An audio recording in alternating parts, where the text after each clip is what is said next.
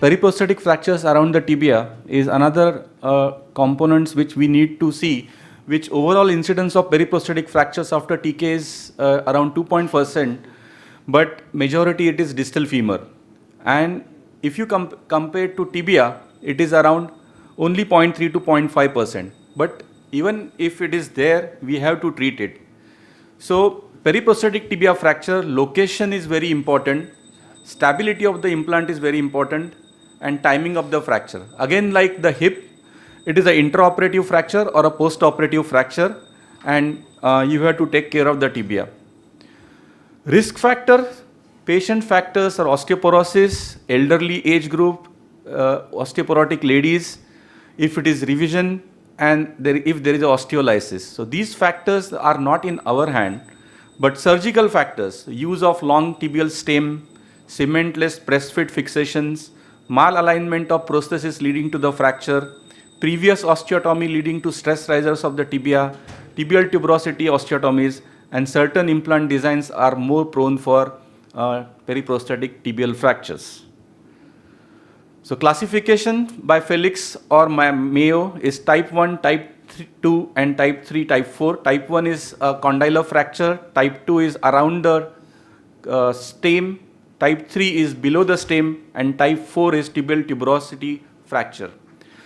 So most important is the Felix has further classified as A, B, and C, out of which the B, Felix type B, is prosthesis is loose in all, and then prosthesis is well fixed in A, and C is intraoperative fractures. So these things we have to take it to understand, and then whatever type B is there in any class, 1, 2, 3, 4, we have to revise it.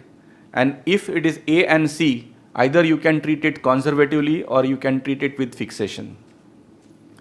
Well fixed component, and if there is a undisplaced fracture, cast or brace, and open reduction with displaced fractures, you can use a good bicondylar plate. Here you can see a type 2 fracture around the stem, displaced, needed a bicondylar plate, and X-ray after the implant removal. Challenges in tibial periprosthetic fractures are that as compared to femur, that there is a very less space for the multiple screws. So you can have need for the second plate. And again in the tibial fractures, the skin is a very big problem, unlike distal femur, unlike a hip, because you have to take care of the timing and the skin conditioning. Tibial fractures are also seen very commonly after unicompartmental knee replacement. Small numbers, but they are there. Broaching of the posterior cortex of the tibia, you have to be very careful.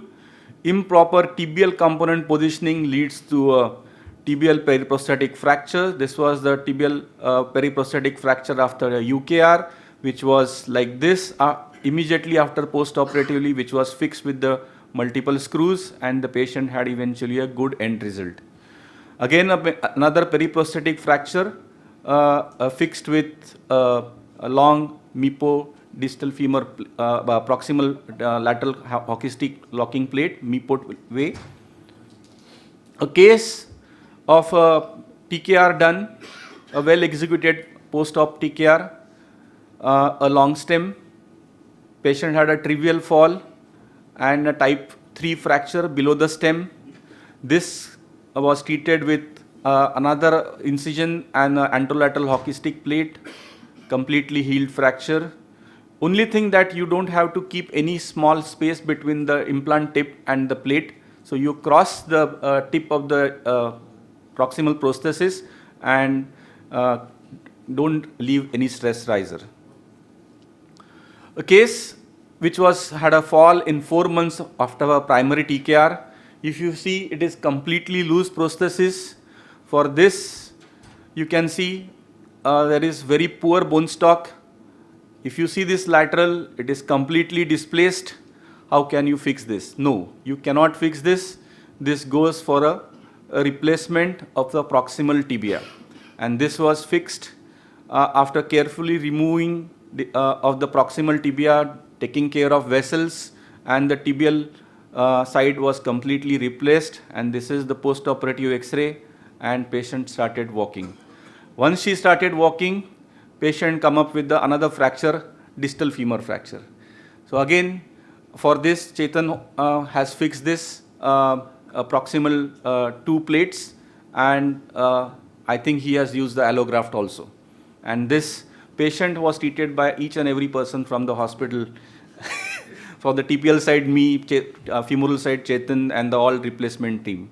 So these fractures are notorious, takes a toll on the patient's health and the pocket both, and you have to be careful about this. This was the fracture for the lady, and this is the end result of the, she's started walking and she is doing well. Stress fractures in TKR. So if you get this tibial stress fractures, we always give option of the patient that we will fix it and additionally plate it. We have fixed it with the long hockey stick plate medially and the long stem of the tibial side. And this is the fixation. This patient unfortunately was taken only the knee X-ray.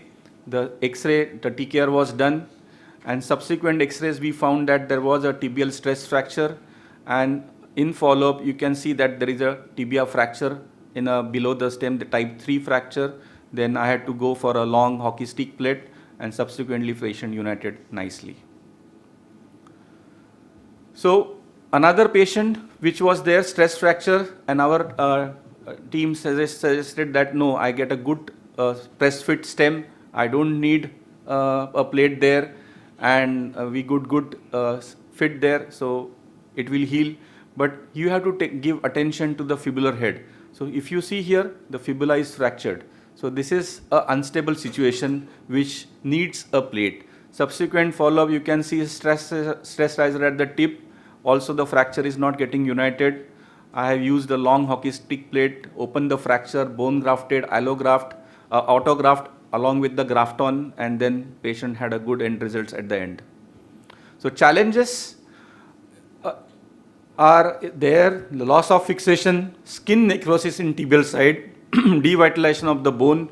Take care of proper inducing the biology, take help of your autograft, allograft, also artificial some demineralized bone matrix.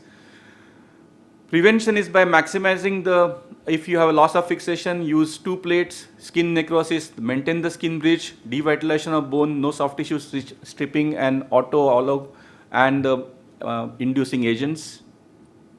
Points to remember: mechanical stability is important, as Sachin has pointed out. So there is always a debate between the getting a good contact, but there can be a change in alignment. So you have to balance it, keep the maximum possible to give alignment and the contact a priority. Soft tissue handling and the maintaining skin bridges when you are doing a double plates is essential. When it is possible to do a minimally invasive surgery in tibia, it is possible to use a minimally invasive surgery.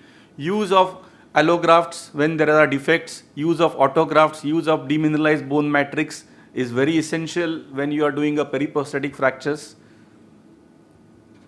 So what is the take-home message? When you see a periprosthetic fracture of the tibia, first thing what you have to see is whether it is non-displaced or displaced. If it is non-displaced fracture, you treat this periprosthetic tibial fracture with the non-operative method, with the cast or brace, whatever the patient's condition is this.